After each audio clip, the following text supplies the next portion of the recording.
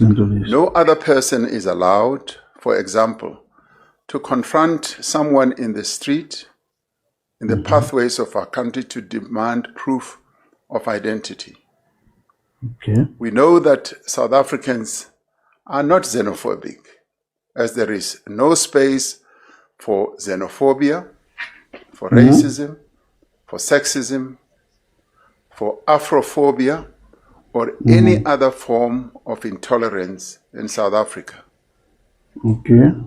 As communities and as a society, we must not be tempted to join those who want us to turn against people who were not born in South Africa and who are in our midst. We will and must not allow groups to use the legitimate concerns of South Africans to destabilize our country through inciting lawlessness and violence. The responsibility for enforcing immigration laws rests with the state and the state alone.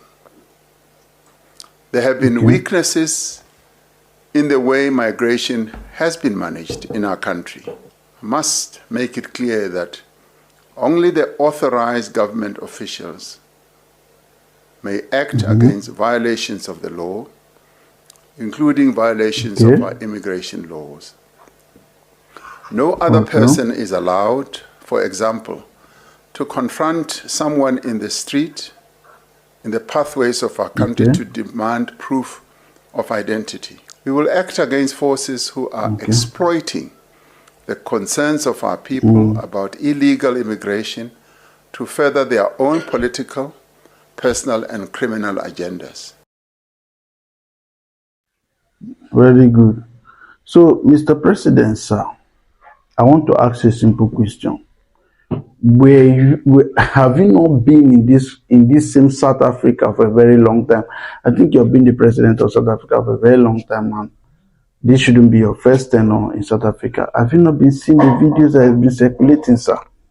Why are African leaders like this?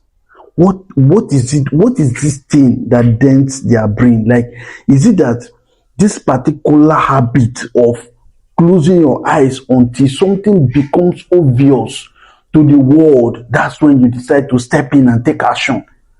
Why are African leaders always waiting for deadline? Why are they always waiting for deadline to act? When the crime has been committed, this is like medicine after death. Like Ghanaians have left your country, they have chased out the whole Ghanaians in South Africa already. Nigerians that are still in South Africa are maybe probably the ones that are still hiding in their homes, or probably the ones that they have not discovered yet. Those are the ones that are still in South Africa. The rest of them have looked for a way to either relocate South Africa and abandon their properties. Many of them, millions of properties have been left in South Africa. Warehouses, ShopRites, big stores worth millions or billions. But you keep quiet until the deal is done before you come out and start giving this kind of speech. What kind of speech is this? For me, I think probably somebody in a higher authority have called this president to say something to him, to tell him something. That is the main reason he is making this speech, because make it make sense. You are the president of this country. You know the implications of allowing your citizens to take this kind of action. Not that they are protesting for good governance, not that they are protesting for something that will benefit them. They are protesting against their own fellow people. Afrophobia, like people that have the same color of skin with you. It's the same people whether the person is black or white. What right do you have to chase people out of their country, out of your country?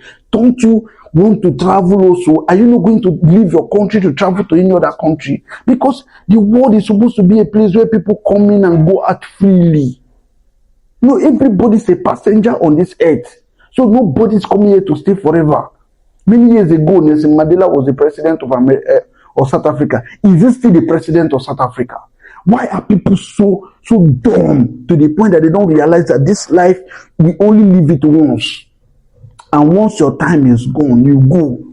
Listen, in the next 100 years, many of us, 100 years, 200 years to come, many of us that are existing now will no longer be existing. Nobody will remember that we ever existed. In the next 100 years, I don't know, people don't think. You need to value humanity and realize that this thing is something that comes like it's a privilege that you're even on earth, that you're alive. It's a privilege. It is a privilege.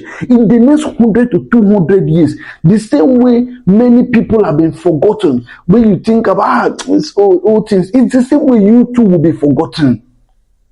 It's the same way you too will be forgotten. So there's nothing we are fighting for.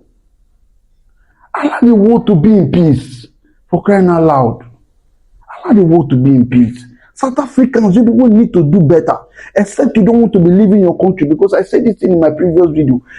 If other people turn against you, will you like it? Because you remain in South Africa forever. And it will be boring.